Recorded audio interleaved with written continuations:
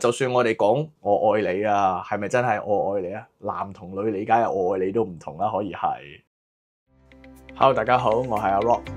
今次我拍呢一個系列咧，係想從一個業主或者戶主嘅角度，喺裝修之前，我哋可以做好規劃同埋事前準備，令我哋更加有效咁樣去選擇合適嘅裝修公司或者設計公司，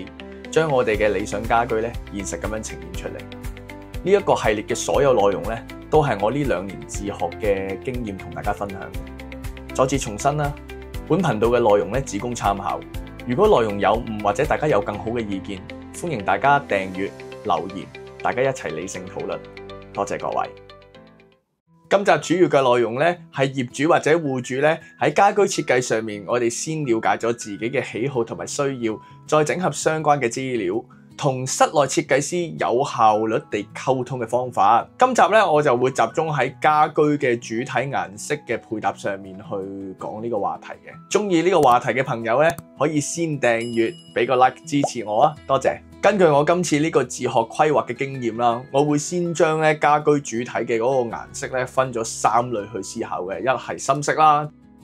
淺色啦，同埋中性顏色嘅。咁我想問大家一個問題啦，你認為你自己喜歡嘅家居顏色咧，係咪你真係中意嘅家居顏色咧？簡單啲講咧，就係深色、淺色、中性色嘅家居設計咧，我都睇晒。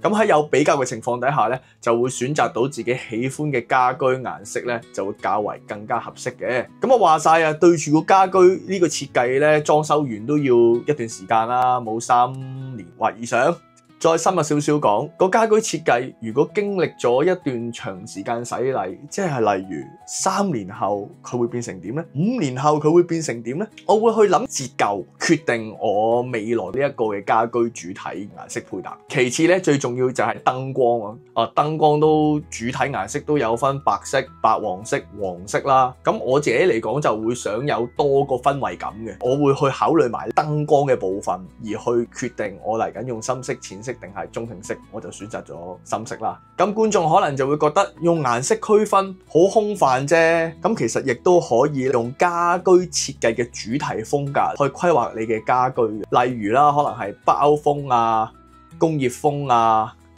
田園風等等嘅風格咧，先定型。我嘅睇法咧就係每一種風格咧都係有佢嘅優點同缺點嘅。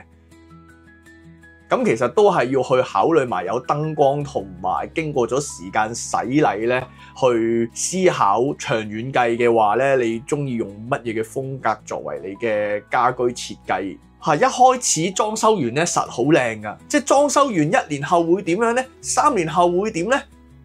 咁都係要去思考嘅。不過講到明先，今集嘅主題係同室內設計師有效地溝通，咁即係話，我哋係要用設計師能夠理解到我哋戶主或者業主嘅方式同佢溝通。每個行業都有佢嘅溝通語言嘅。咁首先咧，我哋唔好期望設計師會能夠完全明白到晒我哋所講嘅嘢，可能裝修公司都係啦。咁我哋所以最好咧就用一啲嘅實質例子咧去說明乜嘢先係實質嘅例子咧，例如真實嘅相片啦，同埋影片。儲低我哋想要嘅效果嘅例子，再同設計師溝通。下一步就會問啦，咁我哋點樣去揾呢啲例子出嚟啊？網絡嘅世界好發達嘅，咁當然可以喺網上面揾一啲真實拍攝嘅實景單位嘅相片或者影片咧，去俾設計師睇，咁梗係最好啦，係咪？咁最好嘅話咧，就揾一啲咧係我哋嘅單位尺寸嘅相片或者影片作為例子，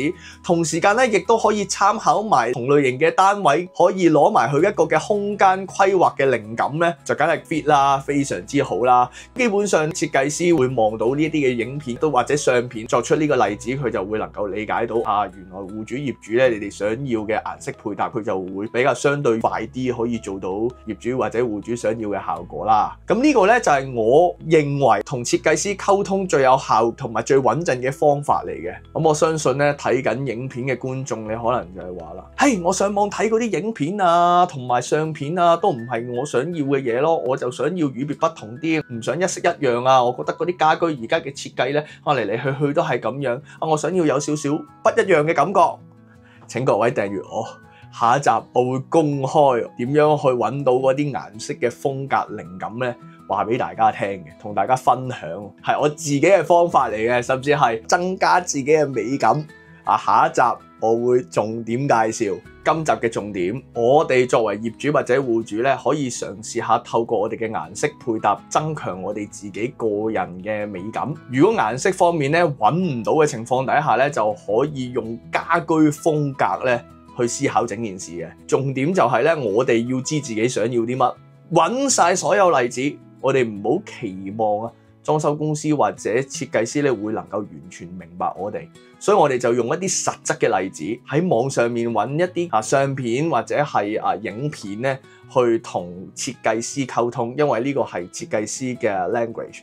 有時候文字嘅理解咧，可能未必咁全神。根據我接觸過幾個嘅室內設計師咧，佢哋係對於顏色啦同埋空間咧係比較敏感啲嘅，會比較強項少少。但係可能佢哋對文字嘅理解咧唔同啦。就算我哋講我愛你啊，係咪真係我愛你啊？男同女理解嘅我愛你都唔同啦，可以係。咁所以啲實質嘅例子咧，去同設計師溝通咧，就係一個最好嘅有效方法啦。save 低晒佢啦，有時候你中意邊個顏色，你咪儲低佢咯。跟住之後設計師到真係畫你嘅家居 3D 圖嘅時候，咁你咪攞出呢啲例子，可能攞出幾個嘅，咁咪等設計師去幫你修改，做到你自己心目中理想家居咯。好啦，以上就係我今集嘅內容，咁咪希望大家咧都可以繼續訂閱我啦，支持我啦，多謝大家。